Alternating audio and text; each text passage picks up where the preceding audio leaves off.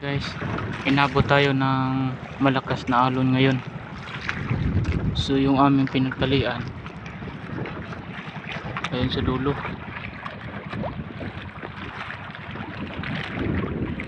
Ayan, yun yung aming pinagtalian, yung buya. So kabit-kabit kami lahat, dagdag kami ng dagdag.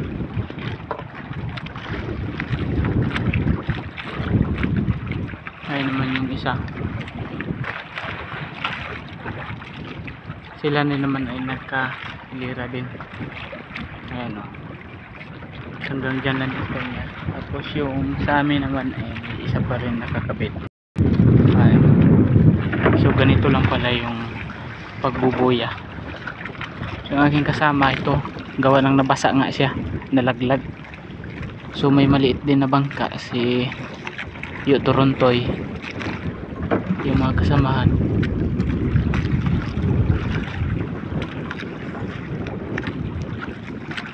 Hindi kami, kasi kami ay kahapon pa kami, at yung baon nga namin ay tutong na panos pa. So ngayon ang oras ay 8:00. Kahapon wala pa kaming kain ng maayos o hanggang tanghali, hanggang hapon, hanggang ngayon naman magahan. So bawi lang natin mamaya.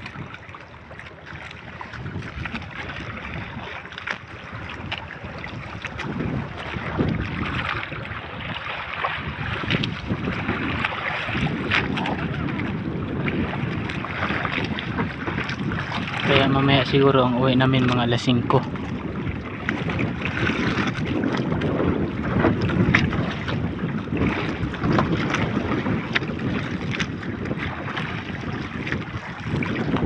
Dito tong buya sa harap ng Marinduque at Bantuin, parang pinanggitnaan ito. So kasi yung ating Aurora Quezon, wala tayong sariling buya. So halatang napakahirap nga ng ating probinsya, gawa ng sa buya pa lang hindi tayo makapaglagay ang ating hindi ko alam kung anong naglalagay ng mga buya.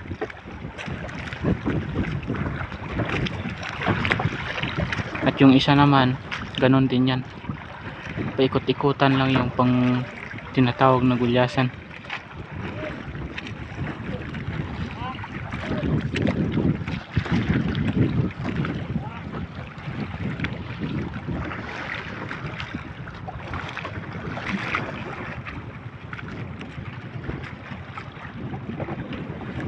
So minsan kasi dito magpaumagahan, dito na kami nagtali yung buya na yan.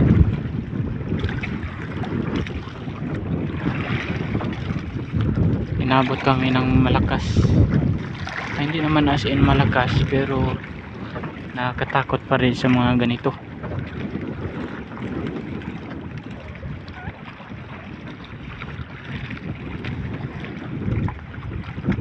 Halata naman na wala tayong nakikita ang kapaligiran.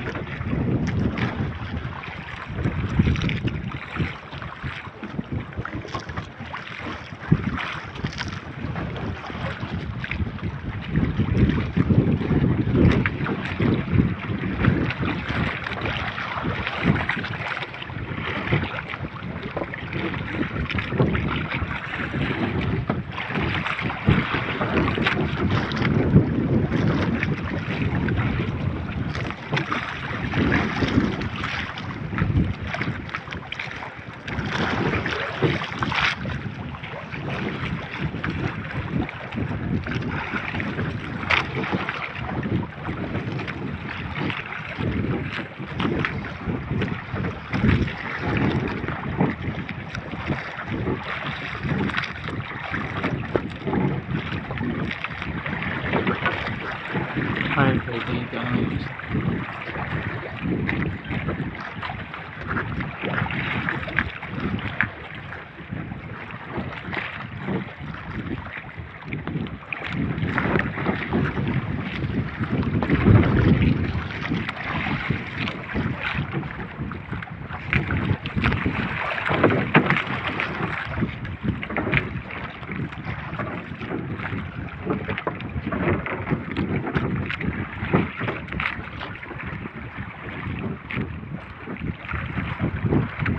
Ayan mga kaidol. So lumaki yung alon. Ayan.